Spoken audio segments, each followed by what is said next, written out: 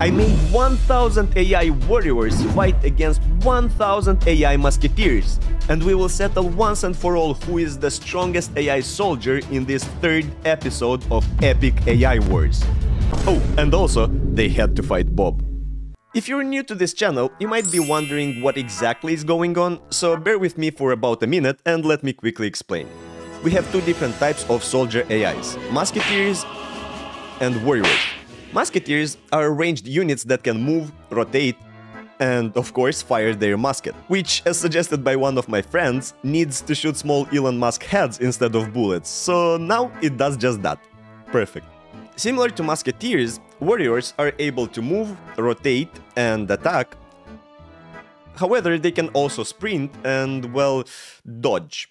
As Mr. Axel9028 mentioned in my previous video, it is kinda odd that Warriors are dodging while holding a shield in their hands. So that was replaced now by blocking, which will give them immunity from all the damage in front of them for 5 seconds and will also consume 25 stamina. You can now see on the screen a detailed comparison of the Musketeer stats and the Warrior stats. Alright, enough of the boring stuff, let's get to the training. As always, at the beginning, all the agents were spawned randomly inside the circle, which I like to call the mosh pit. This time, however, the Musketeers will train with friendly fire on. This should make them a little bit more careful and hopefully the massacre from previous episode won't occur this time. The reason why Warriors will not have friendly fire turned on is because I want the Warriors to actually stick together as well as to be able to unalive multiple enemies in one swing, so only Musketeers can have fun murdering their teammates for now. Spawning all together in a circle helps the agents get closer to each other, which allows them to open up more and share their most sacred secrets. Also, it increases the chance that when randomly attacking, the agents will actually unalive their neighbor, and based on whether it was an ally or foe, the agent will be rewarded or punished, further strengthening his extremist beliefs. Surprise, surprise, it did not work from the first try. You'd think I'd get better at this by now. Well, the agents have been training for about 100 hours, and I started noticing that the Warriors were bullied harder than the bullying of a bully that bullies a kid hard.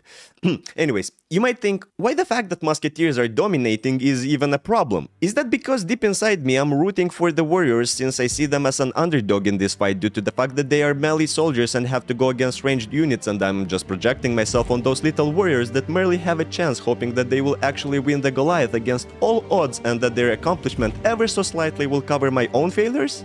Nah, but apparently the Warriors were unable to see the Musketeers. Yep. In order to see, the agents will shoot a set of rays in different directions. Once the ray hits an object, it will return the distance and angle to that object.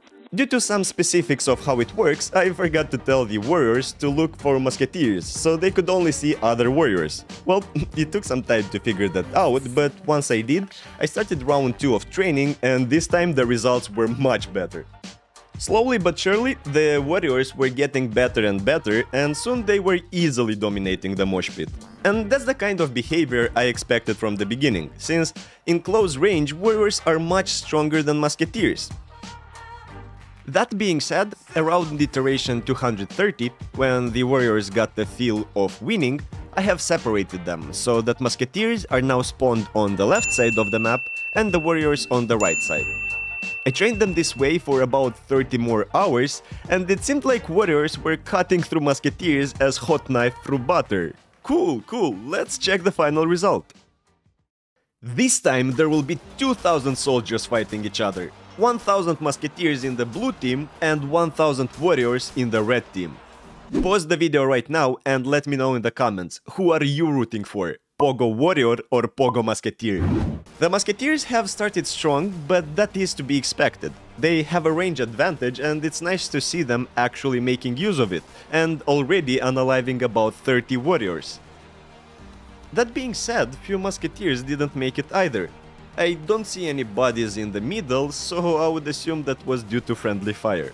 Which, I must say, is much less this time. The friendly bloodbath was avoided. Yay! Looking at how many bodies there are laying without movement and at how much red juice has been spilled, I can only think of one thing. Wouldn't it be funny if they could trip or slip and fall? If you are also a little psycho, make sure to leave a like and subscribe to my channel. You know what is surprising me the most? The fact that the MVP is actually a warrior. Let me see this, Chad. Oh, there he is. And of course he is on the front line, fighting like a lion. Just look at that confidence, that posture. That is a warrior that is not afraid of... Well, there we go. Remember kids, don't be brave, be smart.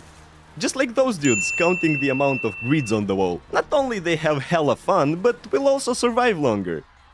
Bruh, honestly, because of how the training went, I was sure the Warriors will be much bigger challenge, or perhaps even win.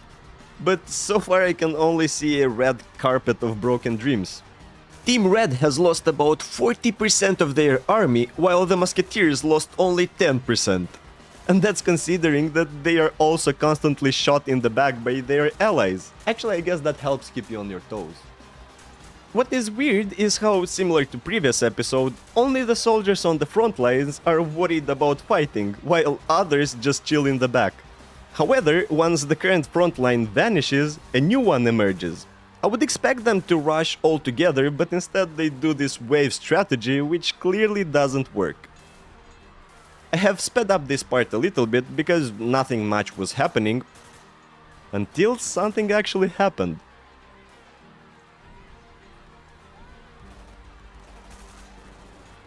When there were around 300 warriors left, it seemed like they decided to throw all their remaining strength in one last attempt to push the northern flank.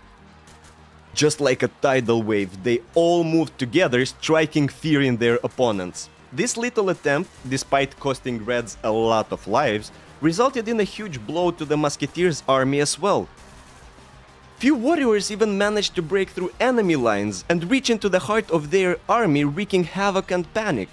After this attack, Team Blue was reduced to half its size. However, unfortunately, the attack still failed, leaving the last few survivors at Musketeers' mercy. Some of them kept fighting till the end and were stopped, while others, not being able to endure the pressure, sudoku'd themselves into the wall. So, it has been settled. The apex soldier is the Musketeer. For now. But enough talking. I'm afraid the fun is now over. I tried to warn you. You didn't, and now it's too late. Meet Bob. Bob has 5000 HP.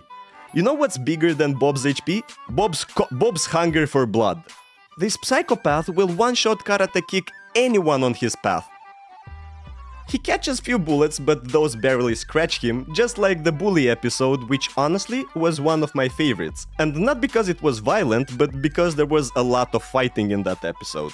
Anyways, SpongeBob dives into the crowd of Musketeers and, just like an aspiring artist from somewhere in Western Europe, he starts coloring the canvas. Bob reaches more than 30 unalives already, and he is going strong. Well, actually maybe not as strong, since he's already lost around 30% of his health.